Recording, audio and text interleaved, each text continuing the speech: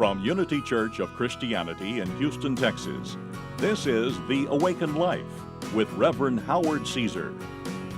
Unity is a non-denominational Christian church providing a positive, practical, and progressive approach to Christianity. Let's join the service in progress with the Reverend Howard Caesar. There's a story I like to share, a true story about Winston Churchill. And it was pretty well known that he was a man who liked to drink his brandy. And as I say, it was well known. It wasn't something that he tried to hide, and he was often teased about his his liking of brandy. And one time he was being introduced to speak at some activity, and the master of ceremonies was about to introduce him. And at this time, Churchill was up in years, and so he made a reference to his, taste for brandy and how he liked it and so forth. And he went on to say, and in fact, if all the brandy that Churchill had drank in all his years were put in this room where they were speaking, it was a big room, it would come up to here on the wall. He wetted his finger and drew a line. And when Churchill got up to speak to the microphone, he looked at the line on the wall, and he looked up to the ceiling, and his line was, "So much to do and so little time." Now, we're in church, and so I want you to sort of extract the drinking part about brandy and the thing about consumption of spirits, and allow instead it to represent the idea of taking in life, and instead of looking up at the ceiling, think in terms of looking at the universe and the vastness of it. As Michael just sang, life is so much more than it seems. And to recognize that our line, there's merit in the statement, so much to do and so little time. In this universe, we have so much to drink in and so much to experience. Sometimes we feel like we never find the time, or we don't, as I like to say, get off the dime, to step out and get out of the rut that we may be in, and step into the experience of all that life has that is offering us. And sometimes we have a tendency to sell ourselves short, and we tend to think too small, and we are afraid to venture out and to just take a chance and to risk and see all that life has to offer. And sometimes we forget that we come from something that is referred to as almighty, all-knowing, all-powerful. And that's the incredible, awesome, intelligent, spiritual energy that is moving and flowing through us that we say is infinite, and it is unending, and it is everywhere present. So we need to remember what our heritage is, and that from which we come, and that from which we draw. Too often we are products of our past, and we become loyal to all of our conditioning of the world sometimes, and the learned fears and hesitancies and cautions. We may be too timid. We need to adventure a little bit more, perhaps. We may worry about making a mistake or another mistake that might ruin our tomorrows, and so we hold back and we wait. We wait hoping for the right moment, the time where all the lights turn green, and everything seems to say go. Everything looks perfectly clear. It's all perfectly safe. It's a sure thing. We can't lose. Those moments don't come. They're very rare, because our mind consistently will bring something up to get in the way.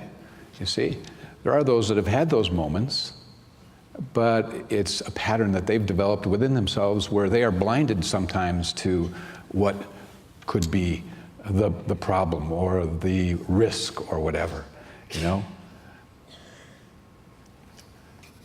Every day we experience a certain amount of light, a certain amount of darkness, There's, in every view of life, there is some optimism and there is some pessimism. When we're looking outside of ourselves, to the world in the outer.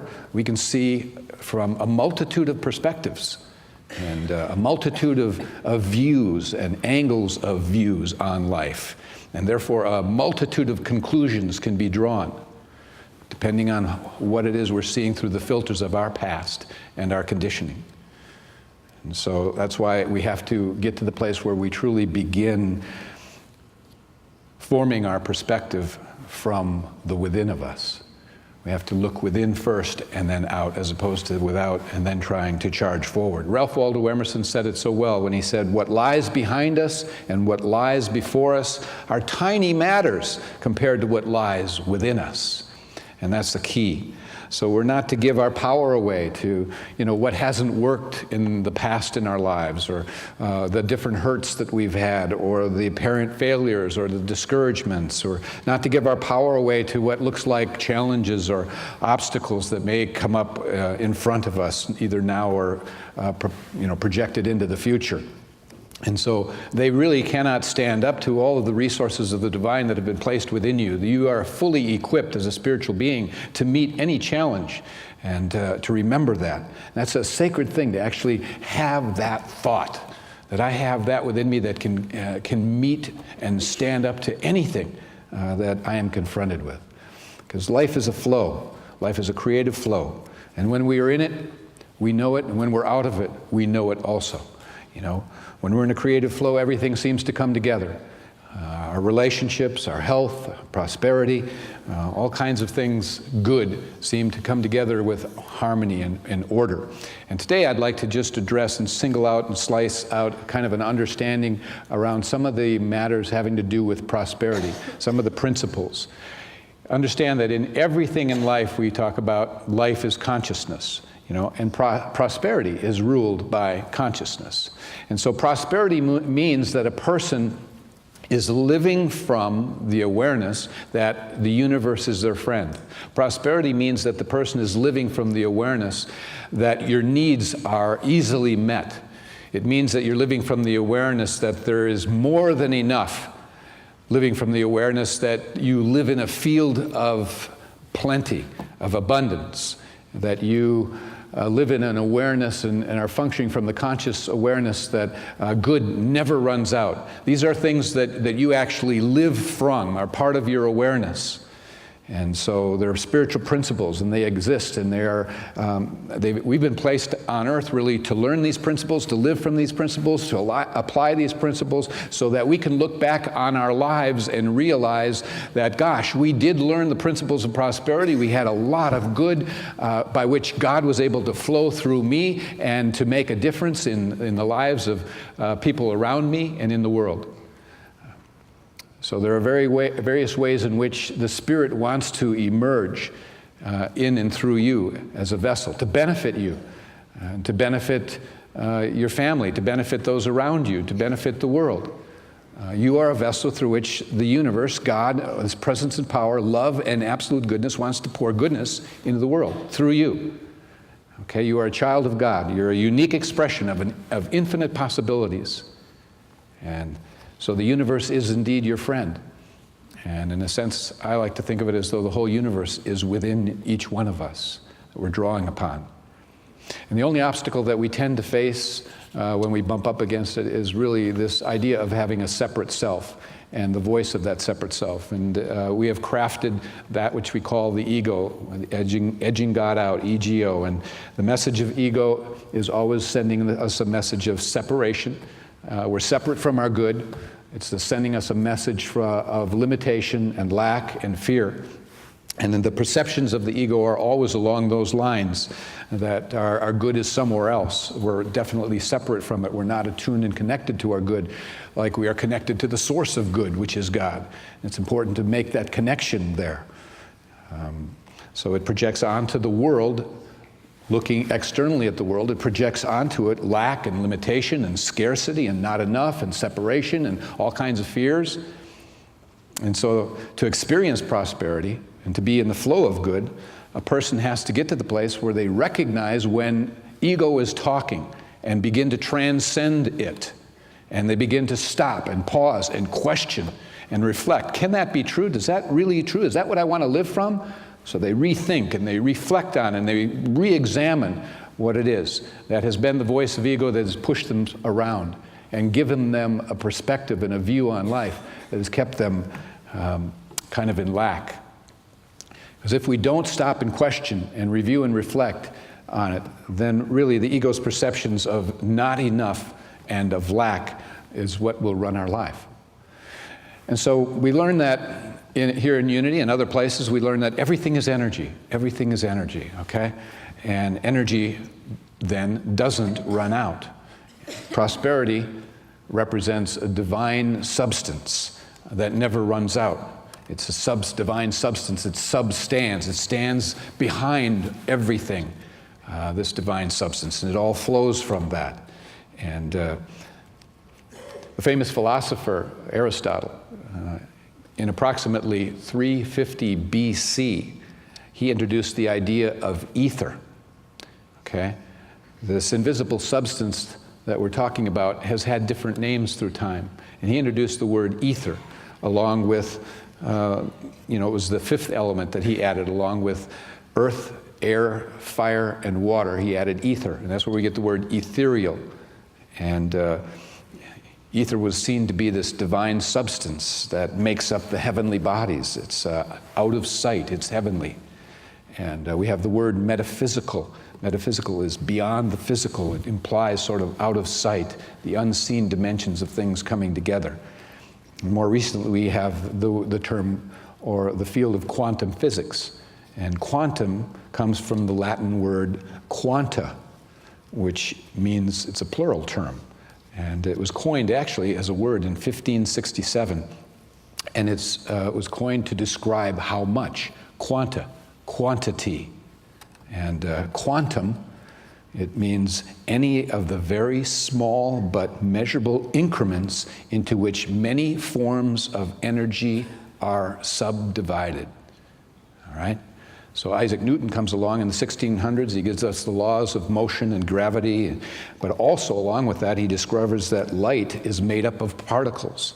And those particles were not named actually until 1925, when they became labeled photons. And they were considered at the time the smallest particles that existed in the electromagnetic field. And then when we got to studying material matter and discovered the atom.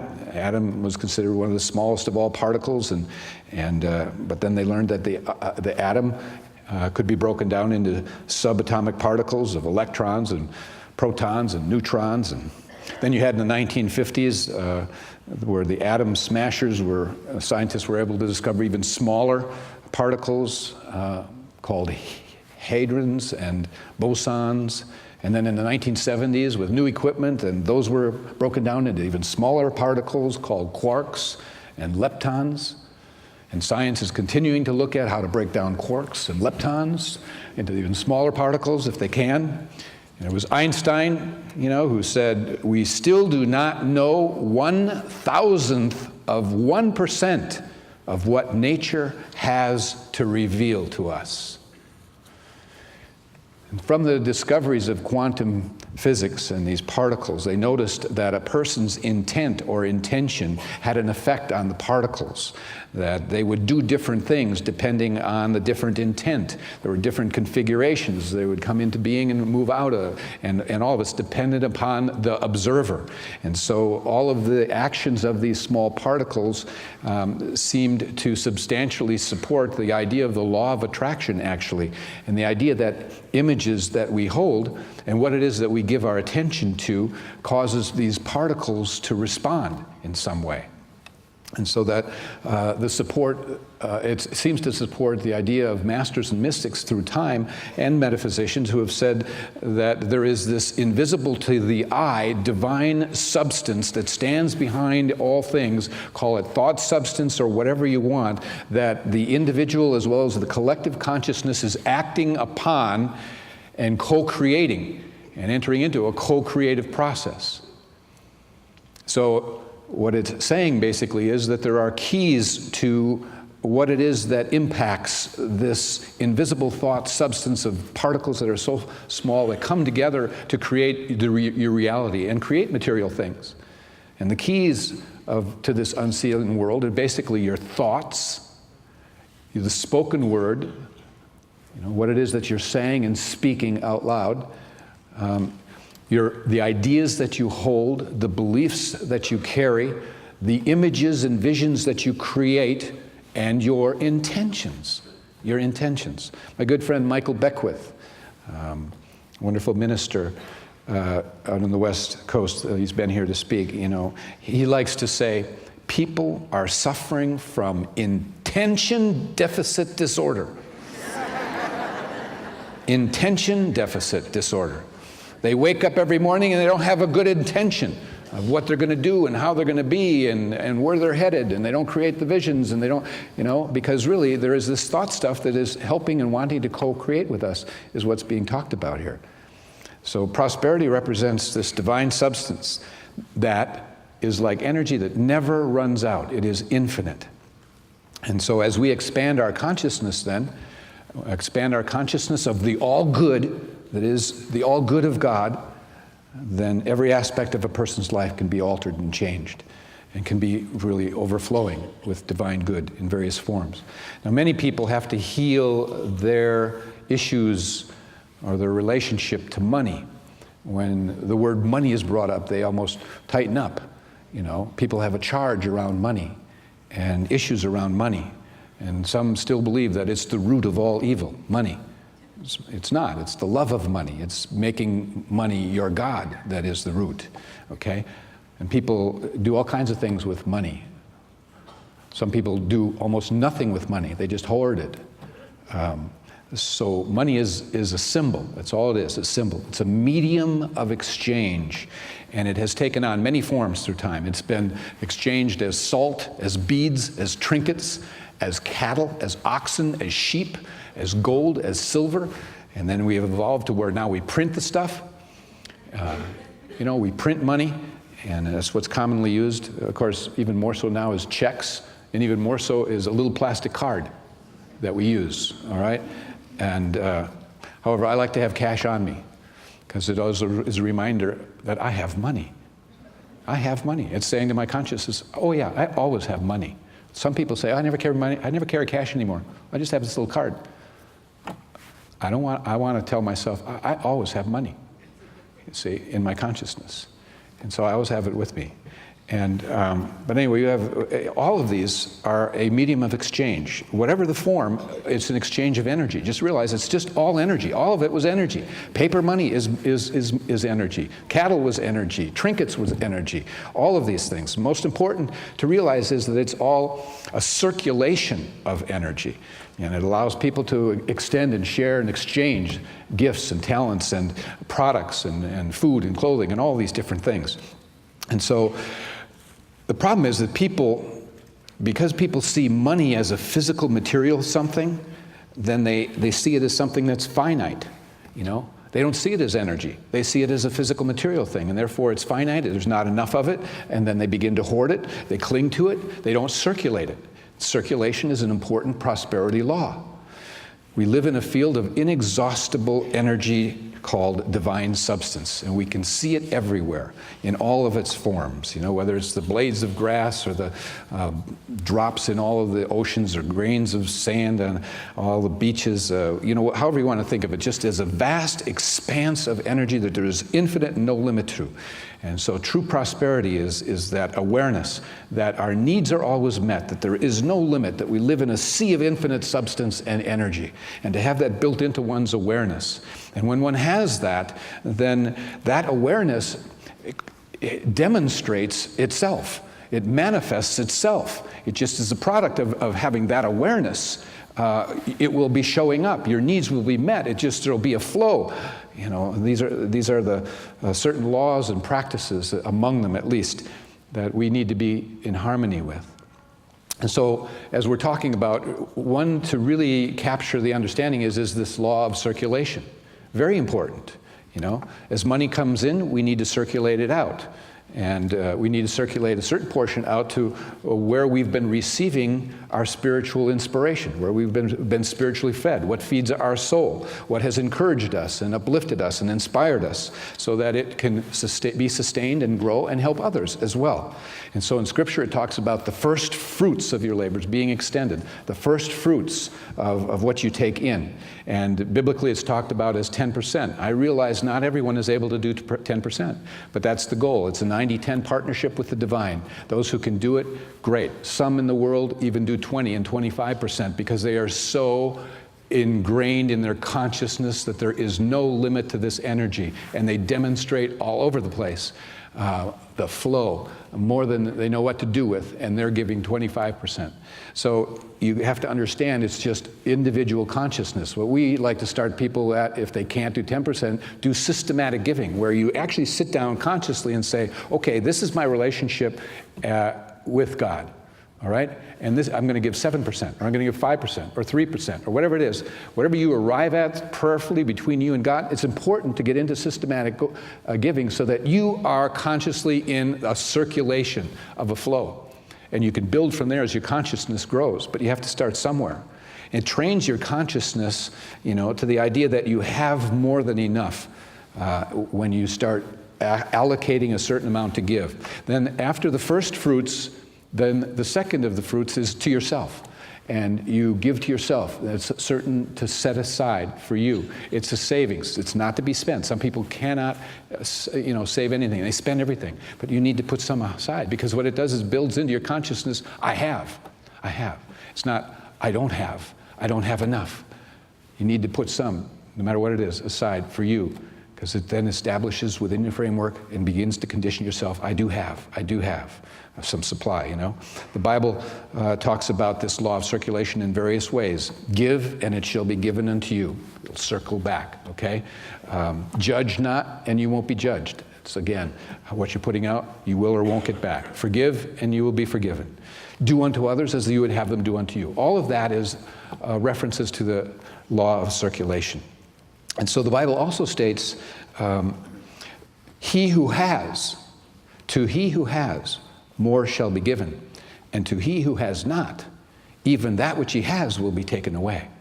Now that's just, again, out and out law of consciousness. And what it says is, to he who has, to he who has that feeling of consciousness, I will always have. There is no having that will ever run out. That sense of it, to him more shall be given. But to him who has not, who is living from, I haven't got, there's not enough, even what he has will be taken away, because the universe is always listening. You're telling it, I have nothing. So even what you do have is going to be taken away, because life is always feeding back to us information and messages based on spiritual laws and principles. And so we're always conditioning ourselves, or being conditioned by the world. And if we don't take charge, we're lulled into a sleep in which we will often be taken into where the ego wants to take us, which is, again, not enough.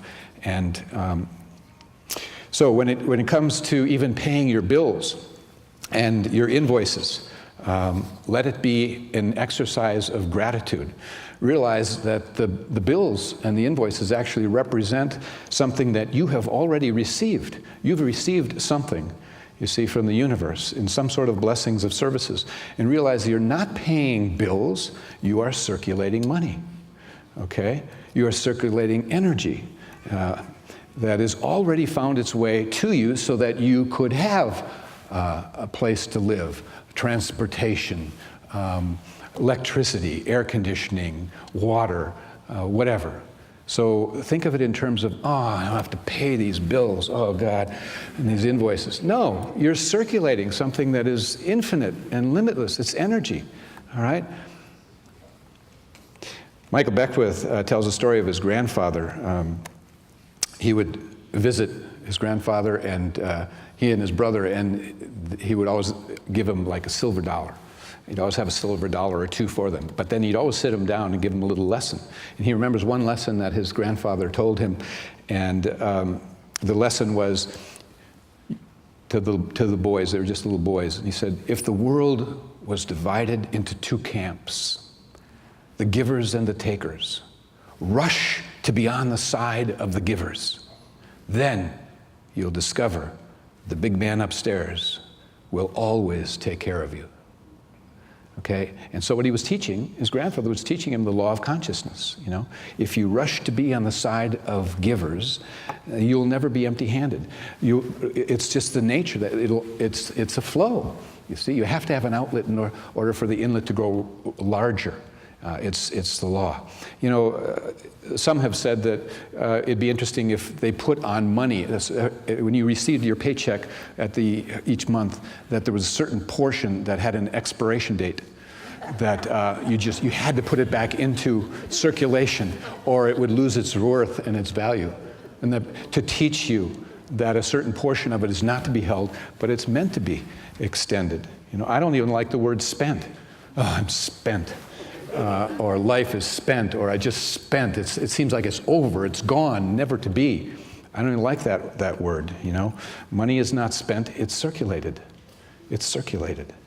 And so, ask yourself, where do ideas come from? Where does wealth come from? Where did you come from? Where did your mind and body come from? You will always be led back to the one source, God. It's all God, and there's no limit to God. God is infinite. And so what we're doing is impressing our consciousness with the idea that we are part of an inexhaustive, infinite flow of divine good. It's all around us. It's there all the time. But we have our own blocks based on our conditioning and our past. We're not bad people by any means. We've just been taught some crazy ideas about not enough and lack and things run out and better hold on to and better hoard and all these things. And they're not accurate. You know, at night before you go to sleep, a good affirmation to say over and over is this: God's good in all its forms, including money, is forever circulating freely in my life. We all have come into this world to be circulating God's good, really. It's like blood in your body. It has a message, if you notice. It is always circulating. You want it always to be circulating. You don't want the blood to be hoarded, all right? That's the way the universe works, everywhere, okay? I did not come here just to be consumers, just to consume. You know, we came here to be circulators. Who wants to be just a consumer, to consume everything? You know, feels evil, you know. So God is a benevolent being and a benevolent presence, and we as beneficiaries are beneficent beings. Beneficent beings. And so prosperity is a consciousness and our increasing awareness that we are not separate from all that is infinite and good. We are one with it, one with the source. Let it roll. Be a circulator. God bless you. Prosperity prevails. Thank you for joining us for today's message. We invite you to be with us again next Sunday. At Unity, we believe that God's presence of love and goodness is everywhere, and that life is meant to be good. You can find out more about Unity and our teachings at unityhouston.org.